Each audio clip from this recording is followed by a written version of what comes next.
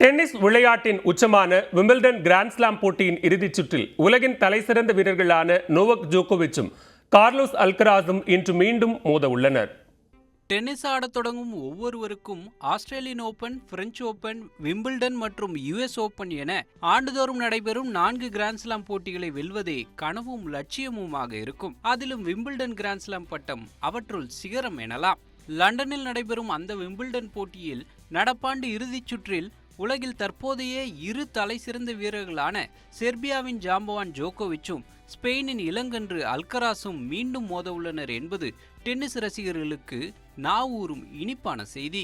டென்னிஸில் all time கிரேட்டாக திகழும் code ஜோகோவிச், Federer, Nadal போன்ற இருவரும் ஜாம்பவான்களுடன் மோதியுமே உலகில் அதிக கிராண்ட்ஸ்லாம்களை வென்ற வீரராக திகழ்கிறார்.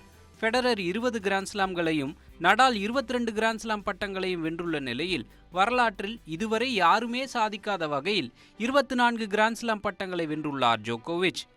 மேலும் 12 கிராண்ட்ஸ்லாம் போட்டிகளின் இறுதிச் சுற்றை ஏற்கனவே எட்டி 36 கிராண்ட்ஸ்லாம் இறுதிச் சுற்றுகளை எட்டிய ஒரே வீரராகவும் திகழ்கிறார். இப்படியான ஆல் டைம் கிரேட்டான ஜோகோவிச்சுடன் மோத உள்ள ஸ்பெயினின் இளங்கன்று அல்கராஸும் லேசுபட்டவர் அல்ல.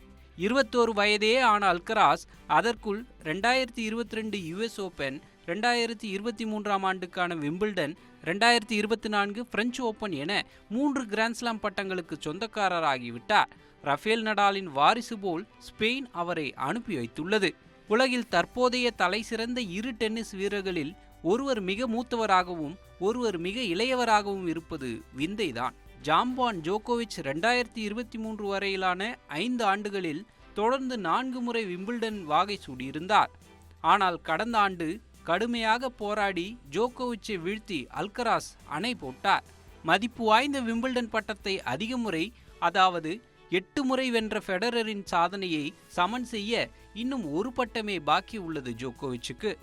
பெற்ற தோல்வியை எப்போதுமே திருப்பித் தர தயங்காத அடிபட்ட சிங்கமென காத்திருக்கும் ஜாம்பவான் ஜோகோவிச் 8வது விம்பிள்டன் பட்டம் எனும் சாதனையும் நிகழ்த்துவதுடன் 2023 தோல்விக்கு பழி தீர்ப்பாரா அல்லது இளம் புயல் அல்கராஸ் பட்டத்தை தக்க வைத்துக் கொள்வாரா என்பது உலகமே உற்று நோக்கும் இறுதிச் சுற்றில் தெரிந்துவிடும்.